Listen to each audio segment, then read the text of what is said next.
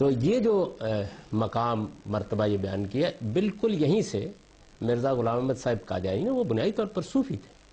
تصوف سے ان کا اشتغال تھا، اسی طرح کے اوراد وظائف چلے یہی چیزیں جو تھیں ان کے ہاں آپ ابتدائی زندگی ان کی پڑھیں تو وہ اصل میں یہی تھے،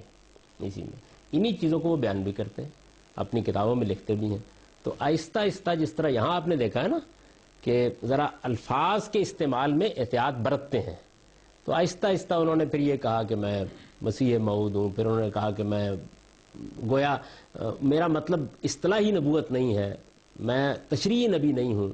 پھر میں بروزی نبی ہوں، میں ذلی نبی ہوں۔ بروزی کا مطلب یہ ہے کہ بس جیسے نبوت کا مجھ پر ایک سایہ پڑ رہا ہے یا نبوت کا ایک پرتو میرے اندر آ گیا ہے، اس طرح کی بہت سی باتیں انہوں نے فرمائی، اور پھر آہستہ آہستہ انہوں نے یعنی دبے دبے الفاظ میں ایسی باتیں بھی کہیں کہ جن سے یہ معلوم ہوا گویا وہ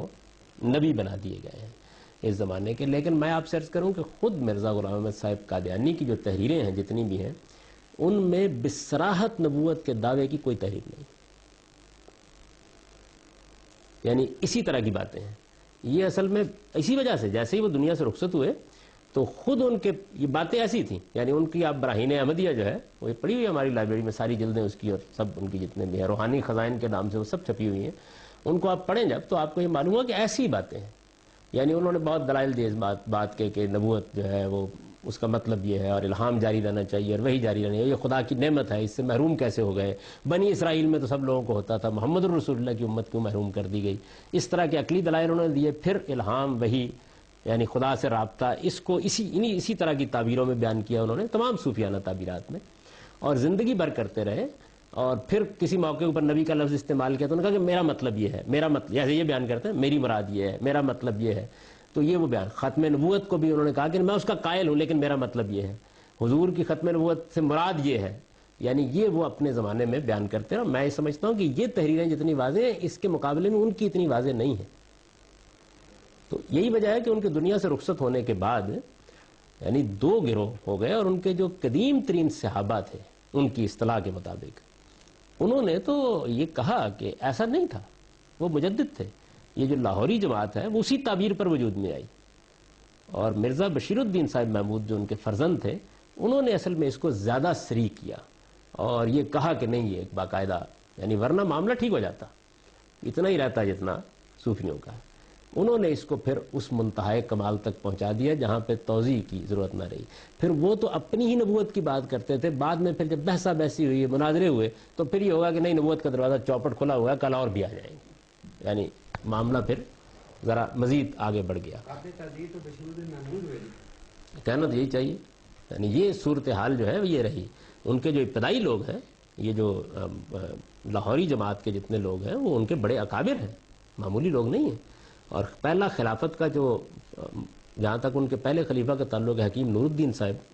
تو ان کے معاملے میں تو کوئی زیادہ اختلاف نہیں پیدا ہوا، لیکن ان کے بعد جب خلافت کا معاملہ ہوا تو یہ بحث ساری سامنے آ گئی اس کے نتیجے میں۔ حکیم نور الدین صاحب کے زمانے میں بھی صورتحال یہ نہیں تھی اس طرح کی، یعنی صورتحال ایسی تھی جیسے میں نے آپ کو سنائی ہے جس طرح کی، اور زیادہ سے زیادہ جو بات وہ کہتے تھے وہ اسی طرح کی بات تھی جیسے ابن عربی نے کہہ دی، یعنی دیانتداری کے ساتھ، اگر آپ الزام لگانے کے لیے نہ کریں۔ یہاں ایسے لوگ موجود ہیں، یعنی مجھے ابھی تک کسی کی حسرت ہے کہ وہ واضح عبارت کون سی ہے جو دکھائی جائے۔ آپ دیکھیے کہ اس میں الیاس برنی کی کتاب سب سے اعلیٰ کتاب ہے مرزا صاحب کے پورے، اس میں قادیانی مذہب پوری پڑھ جائیے۔ اچھا پھر اس کے بعد ہمارے اپنے زمانے میں مولانا ابو الحسن علی ندوی جیسے جلیل القدر عالم نے قادیانیت کے نام سے کتاب لکھی ہے، اس میں بھی آپ پوری کی پوری پڑھ جائیے، یعنی وہ عبارتیں اس سے زیادہ تعویل کو قبول کر لیتی ہیں جیسے میں نے صوفیہ کی پڑھی، جو ان کی عبارتیں۔ اس طرح کا واضح معاملہ جو ہے وہ نہیں ہے جیسا کہ سمجھا جاتا ہے، وہ زیادہ تر بشیر الدین محمود صاحب کیا ہوا۔ آپ اس کی نفی کرنا چاہیں تو مجھے خوشی ہوگی، کیونکہ آپ کا تو یہ خاص موضوع رہا ہے۔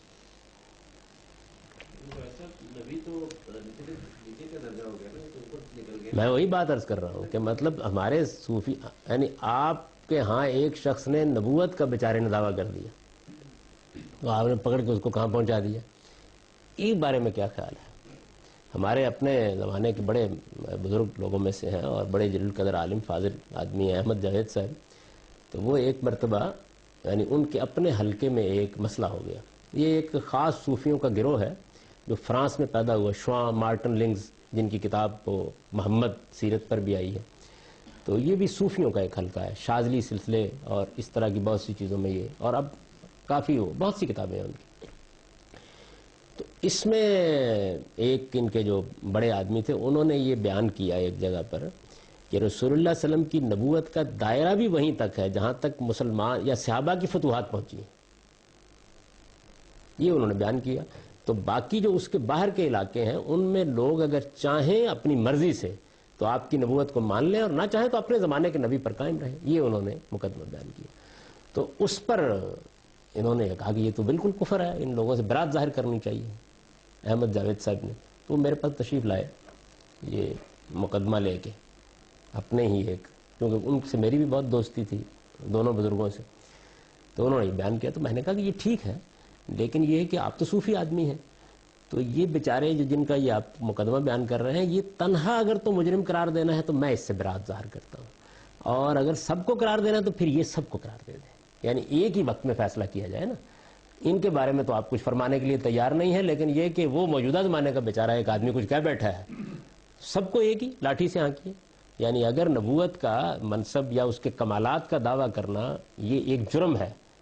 تو پھر یہ جرم وہ ہے کہ در شہر شما نیز کنند، یہ کوئی ایک نہیں ہے جس نے کیا ہے،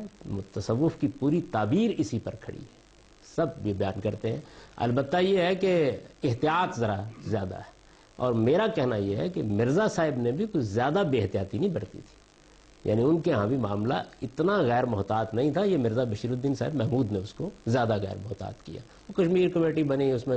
کچھ سیاسی مسائل پیدا ہو گئے، اور اس کا جو نتیجہ نکلا وہ یہ کہ بات بڑھتی چلی گئی، اور پھر علامہ اقبال نے خاص طور پر جب یہ مضمون لکھا ہے احمدیت والا، اس کے رد عمل میں بھی بہت سی چیزیں مزید سری ہوتی چلی، وہ ایک اپنی جگہ داستان ہے، اس وقت میرا موضوع نہیں ہے وہ،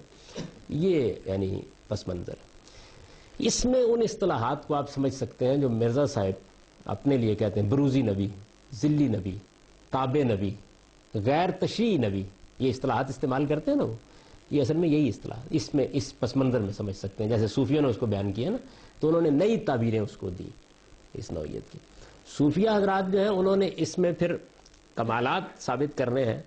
تو اب انہوں نے یہ بیان کیا کہ یہ جو ہم مناسب بیان کرتے ہیں، یہ اس کے لیے ہم ایک نئی اصطلاح، دیکھیے وہ بچ کیسے جاتے ہیں، وہ کہتے ہیں یہ اولیاء کا مقام ہے۔ اب جیسے ہماری بہن نے سوال کیا ہے کہ اولیاء کا مقام تو بڑا ہو گیا نا، پھر تو رسول اللہ صلی اللہ علیہ وسلم کہاں رہ گئے؟ تو وہ یہ کہتے ہیں کہ اصل میں رسول اللہ صلی اللہ علیہ وسلم کا ایک حیثیت تو نبی کی تھی، ایک ولی کی تھی، تو ولی والی حیثیت میں وہ ادھر ہی، اور نبی والی حیثیت میں تم لوگ جیسے کہ ان کو دیکھ رہے ہیں وہ ہو گیا۔ لیکن ابن عربی نے یہ پردہ بھی اٹھا دیا، انہوں نے کہا کہ نبوت ان پر ختم ہو گئی، ولایت مجھ پر ختم ہوگی۔ وہ اپنے آپ کو ختم کہتے ہیں، میں نے ابھی ان کا اقتباس آپ کو سنایا، وہ کہتے ہیں نبوت ان پر ختم ہوئی، ولایت مجھ پر ختم ہو گئی، یعنی آخر ختم تو کسی نہ کسی پر ہونا ہی ہے۔